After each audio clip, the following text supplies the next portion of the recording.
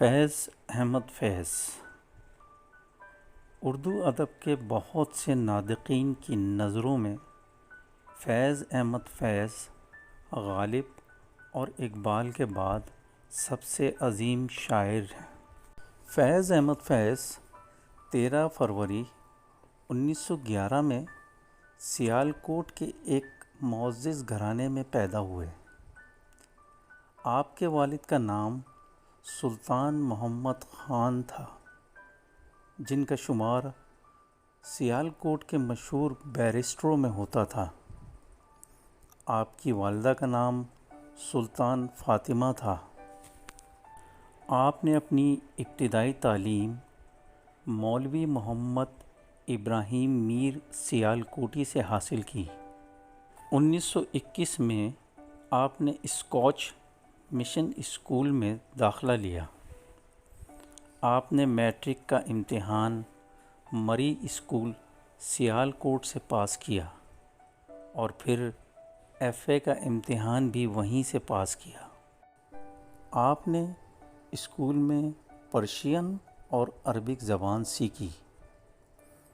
Be اے آپ نے government college Lahore سے کیا اور پھر وہیں سے 1932 میں انگلش میں ایم اے کیا۔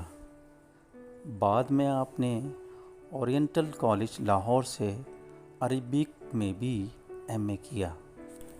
1942 میں آپ نے فوج میں شمولیت اختیار کی اور صرف 5 سال کے عرصے کے بعد ہی یعنی 1947 میں آپ فوج سے مستعفی ہو کر واپس لاہور آ گئے اور 1959 میں پاکستان آرٹس کونسل میں سیکریٹری تعینات ہوئے اور 1962 تک وہیں پر کام کیا۔ 1964 میں لندن سے واپسی پر آپ عبداللہ ہارون کالج کراچی میں پرنسپل کی حیثیت سے ملازم ہو گئے۔ 1947 سے 1958 کے درمیان آپ مختلف ادبی رسالے اور جرائد کے مدیر رہے۔ 9 مارچ 1951 میں آپ کو راولپنڈی سازش کیس میں معاونت کے الزام میں حکومت وقت نے گرفتار کر لیا۔ آپ نے 4 سال سرگودا، ساہیوال، حیدرآباد اور کراچی کی جیل میں گزارے۔ آپ کو 2 اپریل 1955 کو رہا کر دیا گیا۔ زندہ نامہ کی بیشتر نظمیں اسی عرصے میں لکھی گئیں۔ شاعری ادب میں فیض نے پہلے فطرت اور پھر عاشقی کا راستہ اختیار کیا۔ اس کے بعد محبت کو اپنا موضوع بنایا۔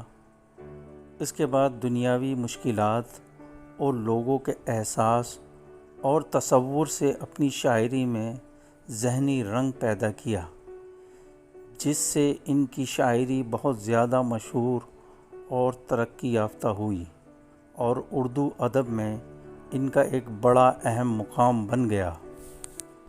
فیض احمد فیض کی شاعری کے 7 شاعری مجموعے ان کی زندگی میں شامل ہوئے، جن کے نام نقش فریادی 1941، دست صبا 1952، زندہ نامہ 1956، دست تہسنگ 1956، سر وادی سینا 1971، شام شہر یاراں 1978 اور میرے دل میرے مسافر 1981 شامل ہیں۔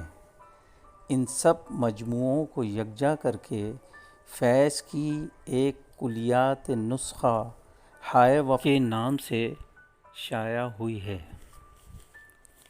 فیض احمد فیض کا انتقال 20 نومبر 1984 کو پاکستان کے شہر لاہور میں ہوا۔